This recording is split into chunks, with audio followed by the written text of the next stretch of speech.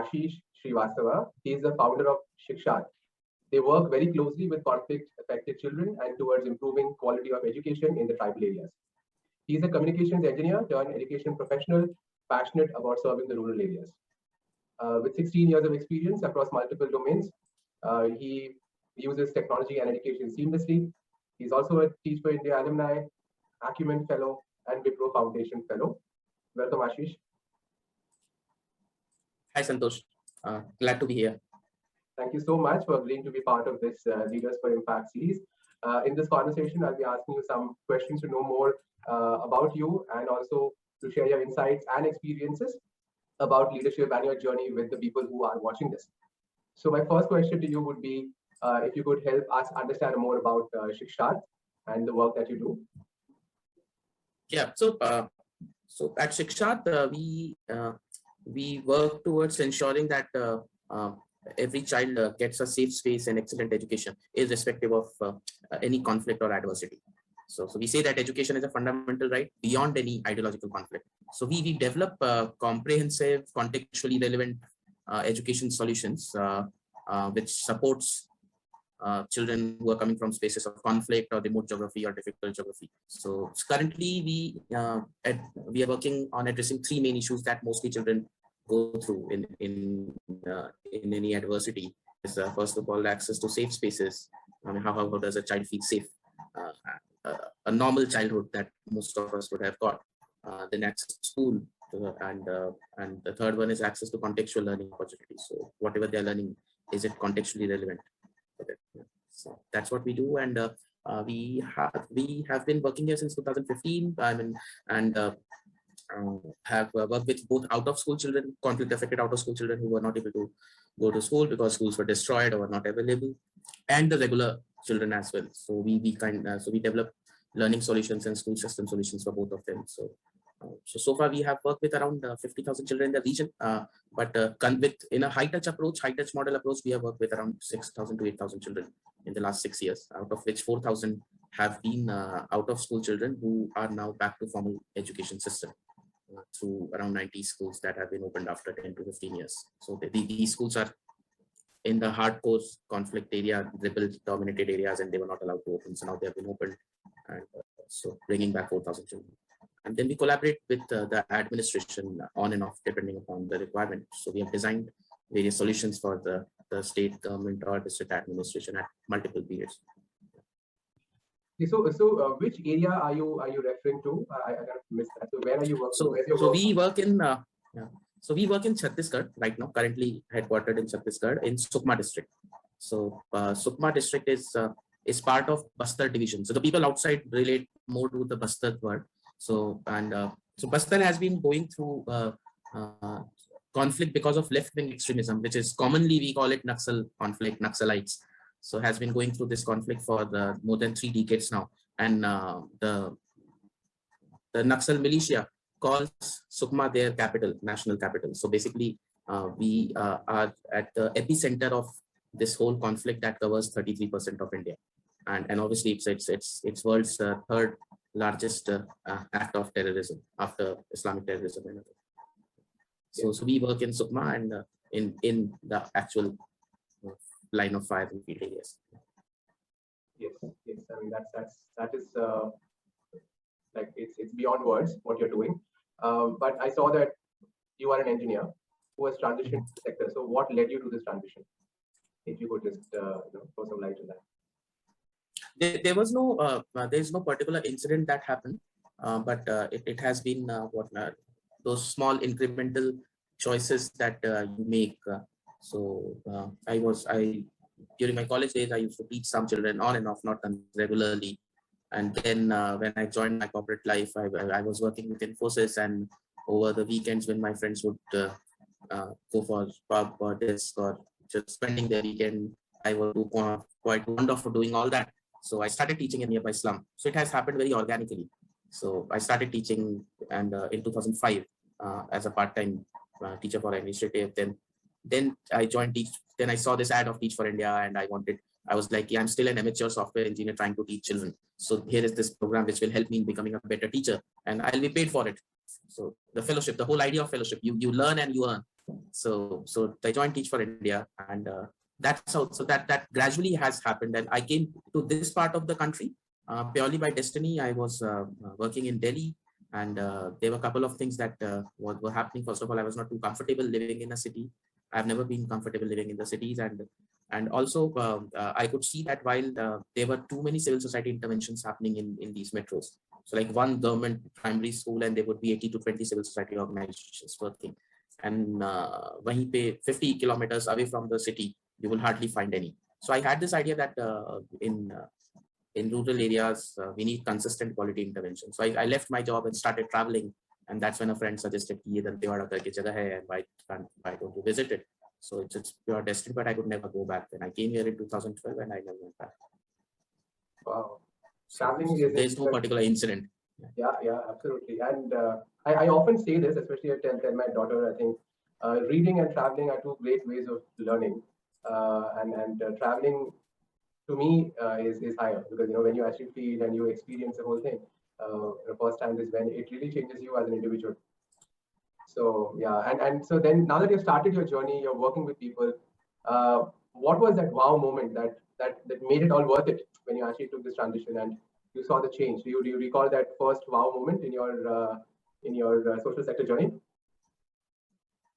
So I think I mean every new positive experience has been a positive enforcement. So it is very difficult to say which one was the first one. But I think the first time I was really happy of being a teacher was when two of my students, but when I was a weekend volunteer in Pune back in 2005 to 2009, two of my students were selected for Wipro. And one of them was went for her medical studies. So I mean I could for the first time I could feel that sense of pride कि मेरे teachers को कैसा लगा होगा, या was I a disappointment to them, or did I contribute to their proud moment. So that was one thing. Over here in Sukma, there have been many such moments. I mean, whenever we go on field and whenever we see children in their full potential. So it's because of its conflict area and because of the communities being primitive tribes. So what happens is most of their expressions are non-verbal, and they often get intimidated by outsiders. And then there's this deep sense of mistrust and fear because of the conflict. So when we go on the field, we see a child smiling, playing, or cross-questioning a teacher, or expressing themselves confidently is something that we are proud of. In Bastar, I mean, two of my aha moments have been when two of students who we were associated with, one of them, Roshan Sori, he was awarded by President of India for his innovative idea in science. So, I mean, he could think of a problem around his life and then propose a solution. And the second one was a boy, Hedma, who was once part of the children wings of the militia, and then he came to school, he learned Hindi, he learned typing, and today runs his own blog. So he is one of the first tribal child blogger of this country. So yeah, and he expresses, he writes poems and stories. It's a very difficult thing to write poem and stories in a language that we don't speak. Hindi is a second language for them. So yeah. Wow, this is like you must be beaming with happiness when you see such transitions and change. And you mentioned that the area that you are working in, it is conflict driven. So the people that you need as part of your team to further your mission also need to be very, very strong and driven. You also mentioned that there is a general I'm saying the way we communicate is slightly different in the areas that you're working in. So how do you manage talent in this scenario, and how do you motivate to retain them? How does it work for you in such locations? So one of our selection criteria has been that we look for these 4 qualities in an individual when we try to recruit. The first one is humility. I mean, you should not be coming with what do you say? I call it Masiha syndrome, that you're going to change everything. You're just a catalyst that is going to contribute something. So first one is humility. The second one is perseverance. Do you have the patience? Because it's a lonely journey. It's a difficult phase, and you will not see change happening in 2 or 3 years. Are you willing to commit that much time? The third is willingness to learn, and the fourth and the least priority is the skills. So we basically identify people on that basis, which means that most of the times people who join us are more of passion driven and less on the competency. aspect. So and that often leads to retention. But then our retention is like if somebody stays for 3 years with us, we call it a success. So that's the maximum people stay. They don't stay beyond that. So what we are trying to do is, in a very organic way, we are creating a internal setup in the organization where the local youth is being nurtured for 5 to 10 years, and they take up the local decision making, operations, and everything, while the technical skills can be outsourced to people with specific skills. Because so which means that people who want to work on the ground will still follow these 4 principles of recruitment that we want them to. And for skills, we will directly, it will be more of outsourcing kind of thing. Yeah, we need this and do this. But yeah, these are the 4 things. We realized that in the recruitment strategy, I've interviewed more than 5,000 people in the last 8-9 years. And we realized that often the most skilled and people are the people with the heaviest background, top institutions, they struggle the most, because it becomes very difficult for them to unlearn. And it takes time here to see any change happening. So and they're not used to struggling, they're not used to failing, they're used to getting things, getting the output and outcomes immediately. So we kind of take a balance between that. So even if somebody's from IIT, but we don't find them humble enough, or we don't see that patience, we will not recruit. Even if their contribution can amplify our impact, but we still don't do. So these are the primary 4 areas where on basis of which we recruit. But then, we don't have much to choose from. Not many people want to work in tribal areas. So we choose from whatever pool we get. Yes, absolutely. But rightly put, the Messiah syndrome. I think I've seen this in many people who want to transition from even corporate to the social sector. They come with the thought process that they want to change the way, and they come with the notion that the way that their way is right and something really needs to be fixed. But it is, again, the core is that you are a catalyst. You can contribute, but you need that level of humility to be able to deliver. Otherwise, you will never even be part of the system. So that is like a huge learning for anybody who wants to transition to the sector, even if it's a fresher. COVID, of course, has been another huge teacher in another way. It's been very difficult, and it's a lot of things which we would never have anticipated in our usual course. How has it been for you? What are the challenges you're facing? How are you overcoming it from the context of where you are working out of? So during COVID, before I think whatever challenges we faced was insignificant in presence of the challenges that the children were going through.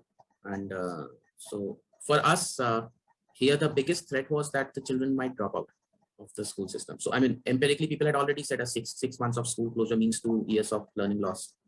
So that learning loss was already a challenge. Over here, 6 months was equivalent to 3 years to 4 years of learning loss. Then every child dropping out is a potential Naxal recruit. So what happens is in areas like Sukma, around 50% of children study in residential schools. They are sent away from their villages by the villagers itself for security reasons and for multiple factors. So with the schools closing, the children went back to their villages. When back to their villages means they are being manipulated, they are being exposed to the violent ideology. So there was a huge chance that, first of all, they will drop out. The second, they might get influenced by that ideology. And we don't know if they have got influenced or not. Because once you get into the villages, you are attending meetings even by security forces or by the Naxal militia, both in most of the villages. And the third one was that children who were in 7th to 8th grade were pushed to get into manual labor, to become migrant labor, because of COVID, suddenly there was a shortage of cash. Tribal economy is not much cash driven. They mostly rely on their forest produce, but there is still a little bit of cash that is required for them. With markets closed and with schools closed, they were short of cash, which means they got into construction labor. And children at this age, when they get used to earning money, it is very difficult for them to get back to school and not earn anything. So there is going to be that loss. So, and that was our concern. And what we did was, so we thought that, first of all, how do we keep them constructively engaged to learning process? And how does the teacher stay connected? How does the parents stay connected that my child is learning even if the child is not going to school? But the second one was, the second challenge was that how do we take that learning process to the child? Online education, everybody adopted online very quickly. They declared it as a success. but for 70% of India, it was not a success. It was still an issue of access. In our case, less than 5 children had any kind of access to internet or mobile network. So we created offline learning solutions that included worksheets, that included projects. We partnered, we got it printed, and we distributed it to the children. So these were self-learning kits. So they a minimum amount of facilitation was required to do that. So that was a huge positive reinforcement for us and for the children as well. Because first of all, they were, for the first time, they were getting something that was their own. उनकी अपनी एक book, एक तरीके से they were doing things, and second was, it was very easy and it was very interactive and engaging for the children. It was contextually very relevant to them. We used a lot of local context and vocabulary, local images in creating those worksheets and projects as well. And then we leveraged local community youth as volunteers to get it distributed, and maybe to go and meet them once a week for an hour or so and help them if they have any issues. So that's what we did. So we created a repository of offline learning solutions that had worksheets, projects, games, toys, art, and so that in continuity was there. And through that, we served around 50,000 children in this region, and we just shared it with people as an update out in the outside world. This is what Shiksharth is doing, and a lot of organizations reached out to us. And then, so we over 26 organizations have used our content, and we contextualized the content, these resources for them in 8 languages: Telugu, Tamil, Marathi, Kannada, Odia, Assamese, Gujarati, English, Hindi. And and through these partner organizations, it reached to more than 3.5 lakh children. So I mean, from different parts of the country, 14 states to be precise. And so yeah, that's what we did. And for us, it was not just a relief for the children, but also alternate perspective that technology is here. We have solutions, but it will still take time, first of all, to reach everywhere. Second, how do you keep a child engaged and motivated is something that we still need to learn. I mean, using technology. I mean, what we are right now doing is simply converting a book into a image and sharing it with the child. So that doesn't happen. So yeah, so that's what we did during COVID, and it is still going on. I mean, in Bastar, we have right now full-time 35 community youth who are working with us. At the peak, we had around 60 community youth who were working with us. So yeah, and across India, yeah, through partner organizations, this is what we have done. So that's great, right? So you've managed to reach out to so many people, and more importantly, you've made the content contextual and relevant to that particular audience, right? Not just like the common one. So that is great. So switching a bit into back into the leadership part, what, according to you, what are your core leadership values that you go by, and that has helped you in your journey so far? So I always say that so I have had different definitions of, I've been exposed to different definitions of leadership, but I think, one thing that has happened as this continuous evolution of what leadership should look like, and I'm still not an expert to define it, but I think one primary thing that people have said was the ability to move out of your comfort zone. And I have learned that that definition is pretty vague, because for us, ability to move out of a comfort zone is physical, emotional, and everything. We are pushing ourselves into comfort zone. So my journey is basically, I summarize it in 2 phrases. The first one is leadership when you're a nobody. I mean, can you still pull things off? I mean, I don't come from Chhattisgarh, I'm from Lucknow. I landed up here by destiny. When I came here, people asked me questions कि अच्छा आप Infosys में थे, East India में थे, इतने अच्छे थे तो यहाँ क्यों आए? Why did you come here? पक्के से या तो either you would have conducted some fraud, या कोई तो police case होगा, कोई तो murder किया है, and you come here to hide in the jungle. So that was the person, which means I had to build that credibility from scratch. I am serious and I want to contribute here. So that is one thing, leadership when you are a nobody. I mean, we didn't have any institutional backing, no IS officer, no CSR, no funding, nothing. You just came here, felt the need, and started working. The second one was doing what is right versus what is easy. So making that choice of doing what we think is right and not easy. So I mean, and we have, most of the times we had to make those choices in the last 8-9 years. चाहे वो adapting digital technology हो, या donors think from a very different mindset. So adhering to their, so like they would say, "Yaar, bachche ko English sikha do." So if I say I'll hand over a tablet and teach English to every child in Sukma, I think donors would be running after me. But yeah, but that is the easy thing. But my goal is not to sustain, and my goal is to support the child in whatever best possible way I think is. So these two have been the fundamental principles that have driven me. And I think beyond that, yeah, humility, perseverance are things. Being resourceful, believing in small change and small and incremental change. Certainly, I can't certainly think that I'll be sitting in MHRD and changing the policy landscape of India. So where does that small change come? So where do you write your story? Well, it's a long story. Where do I write my paragraph and do I write it well? Has been my value system. How do I differentiate between humility and politeness? There's a huge difference between being humble and being polite. So all these things have been my driving factor. Interesting. So when it comes to leadership, of course, there are so many influences that we usually have to evolve the way we are right now. But who's that first person that comes to your mind, and what is that you really imbibed when you started working? Do you have any recollection of anyone that you want to refer to? Yeah. I work with Infosys, so I think my first bosses, I can name them. There was Kailasam, Balasubramanian, Abhijit, and today Hemant Para. These were my initial mentors and bosses. And Infosys is one company that is known for their organization culture. I don't know if it has changed now or not, but at least yeah, then it was. And irrespective of what people do in their personal spaces, at least in their professional spaces, you could see them exhibiting those values. And that was a huge learning for me. So like I remember one of my first conversation with my manager, I had immediately joined, had told me that see, any project or any group intervention is like a train ka dabba, a train where there is one engine and everybody else is a bogie. So you have to decide what you want to be. Do you want to be the engine, or do you want to be the bogie? Which basically means, do you want to drive everything? Do you want to just be a liability and being pulled by someone?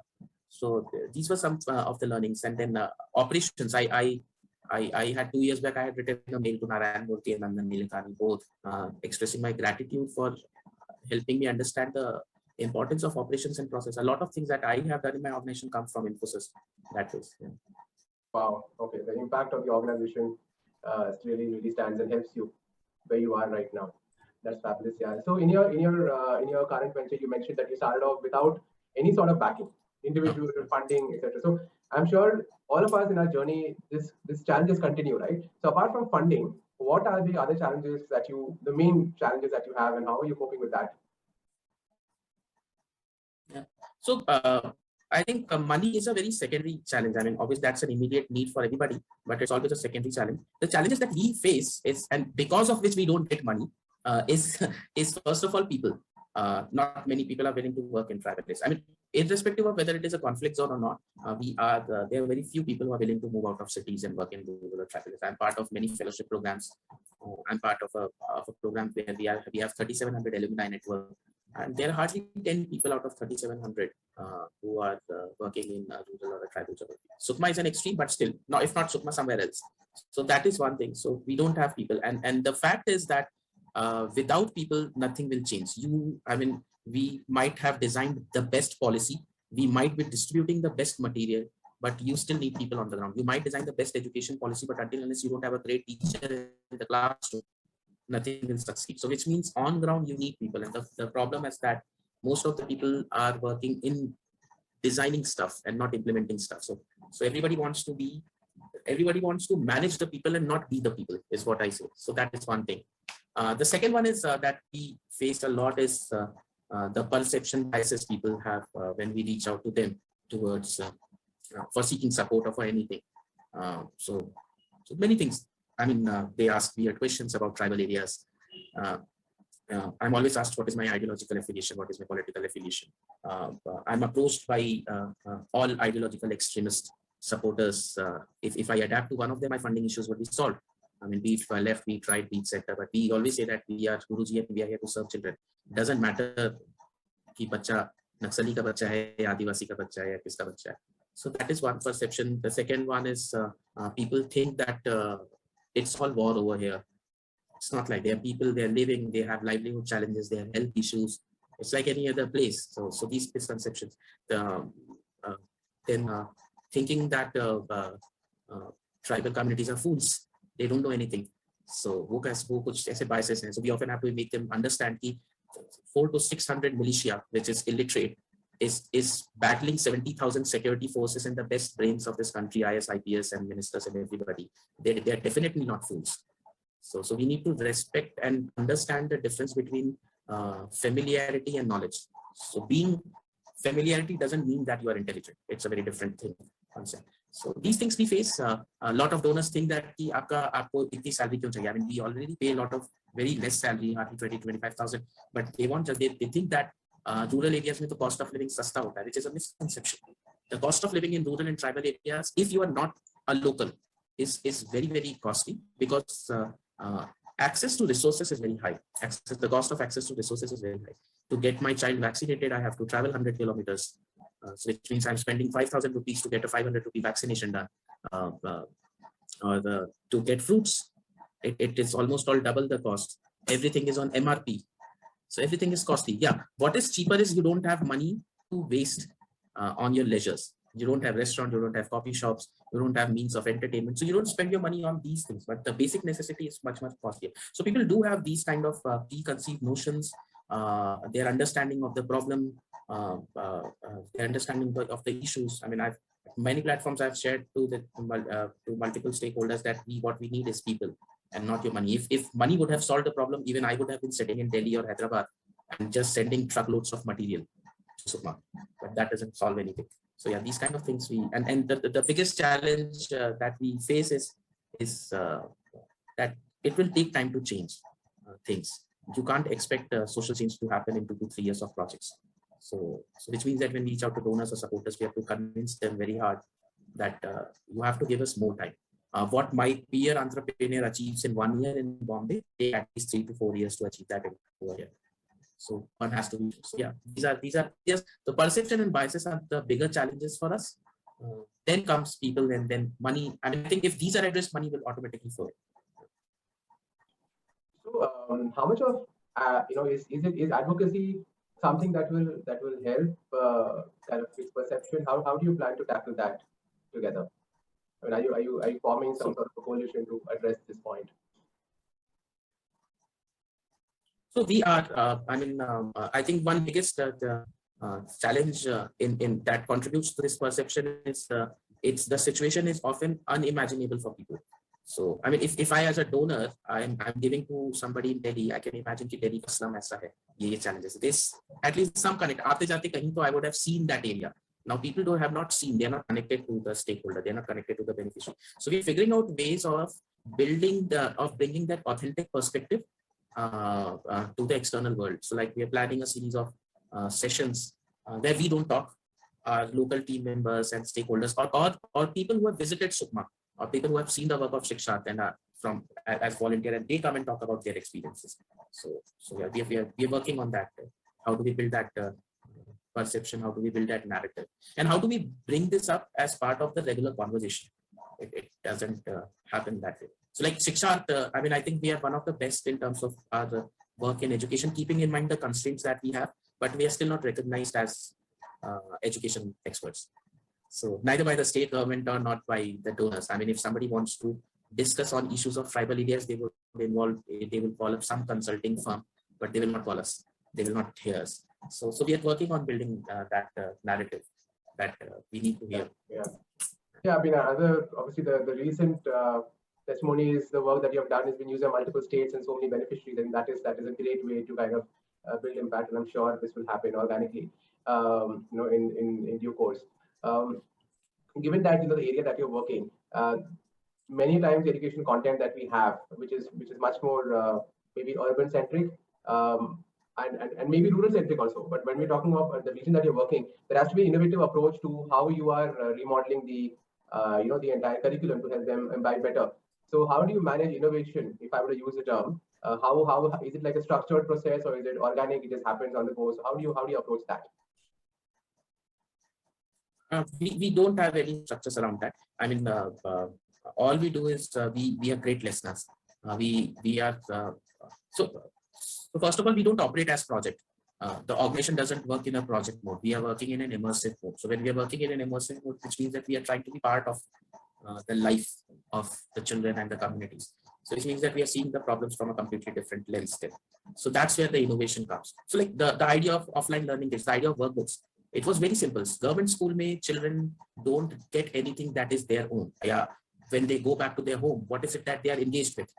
I mean, I as a child had magazines, Nandan Champak and all that stuff, Chanda Mama, Amar Chitrakatha books, Panchatantra. Children don't have anything at their home. There is no personal space. Can I simply lie down and do something, do some scribbling? There's no, I don't have coloring books. Now, as a donor, people will not understand, but the fact is, the children like that. So we designed that worksheets. It's their own, it's their part, and it is not being evaluated. Nobody is judging them. Nobody's testing them कि तुमने ये किया या नहीं किया. तुमको जो मन कर रहा है तुम वो करो. So we saw these things in the classroom happening. Yeah, for example, I have a 2-year-old son, and I'm ordering different animals and vehicles books for him, and big and very nice books which are crafts and foldable images are coming out of it.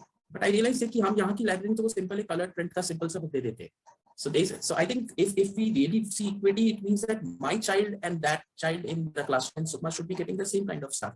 So the idea is to bridge that gap. That's where our innovation comes. During COVID response, we asked the health department people, how can we support them? And they came up with a very unusual request for which I would not get the funding. The unusual request was that our field team is going on vaccination and COVID testing. And on a daily basis, they're traveling 100 to 150 kilometers. They don't get paid that much. They're hardly paid 6,000 to 7,000 rupees a month. And agar roz ka unko jana padega, so how will they afford the petrol? So they said, can you sponsor the cost of the petrol? So we said, okay, we will sponsor for 35 health workers. We will sponsor the cost of petrol for 3 months. Now, none of the donors will support them, but that's what the community needs. So that's what, so we are, I think we are very good with listening as an organization and hearing out what they want and trying to, that's, I mean, yeah, policy programs people are not for policy and programs. I mean, policies and programs are for people. So they have to be flexible. So that's what we do. Yes. So, again, from a context that where, we speak a lot about mental health, and that has really come to the forefront considering people have been homebound, children have been homebound. What is your community's concern? Is that at all discussed? How does it, what's your opinion on that? I mean, I think law is a common phenomenon in conflict areas. I mean, this is not the first time that, and if every now and then Naxals say that nobody will move out of the villages, every now and then the security forces will cover the entire region and not allow anybody to come inside. So lockdown is not a new thing. So like we heard that criticism for Kashmir a lot, that they have been in lockdown for 2 years now. So whether we agree to it or not is a different political perspective, but then lockdown is not something new. So the tribal communities are used to that. Second, it's a dense, it's an area with a very less population density, and they are used to living in the jungle. So the COVID wala lockdown was not that, I mean, it wasn't that threat to their mental well-being. At least they are used to living like that, and they have bigger issues to worry about. So that was not a challenge for the team. Yes, I mean, we were not able to go on the field. हम एक कमरे में बंद हो गए थे. So we live in the district headquarters, which is a 2-3 kilometer town area. So for us it was a challenge, but we relaxed almost all the rules in the organization. People were allowed to work whenever they wanted to. There was flexible working hours. Leaves का कोई issue नहीं था. You could take as many leaves as you want, and we kind of did all that stuff. Right. But I mean, most of the people who come and work here are mostly resilient by choice with us. I mean, they've already used to living in that lonely journey. So I mean, yeah. So up to extent, it was difficult. It was not that difficult for us. Correct, absolutely. And I hope that in this conversation you would also manage to motivate people to look at the area in a different lens, and not treat everything equally. If I were to use the term, there are differences, and you have to appreciate that. So it was like this conversation has been a huge eye opener for me, Ashish, especially from the context and the lens that you showed the work that you were doing. But finally, for the viewers, how can they contribute to your work? What can they do? If you can just help, and we'll be happy to put some links as well whenever we are communicating, in case anything is relevant. You can happily share with us. We do that. I think donating would be the easiest way to do. we are heavily dependent on individual donors. 60% of our funding comes from retail donors. Because of the geography, we don't get institutional funding. So that is, but then I always say that that is the easiest thing to do. I would love to invite people, I would love to invite your audience to visit us, see the work. We have volunteering opportunities going on throughout the year, and every person who comes and interacts with the child over here has the potential to give a direction to the child. I mean, that one day, that 2 day of conversation, we never know, but it might have that, it might remain in our mind, and it might remain in our heart. I mean, if I look back my memories, there are few incidents or anecdotes that we always remember, that one line by a teacher, or that one moment of glory. So giving those small experiences matter a lot for every child. So I would invite people to volunteer with us. That is the first thing. If not volunteering, then supporting us financially, that will be great. Thank you so much, Ashish. This was such a honest, fun conversation that I had with you, and thank you, and more power to your work. And I hope that more and more people kind of help you for your cause. Thank you so much, Santosh. Thank you.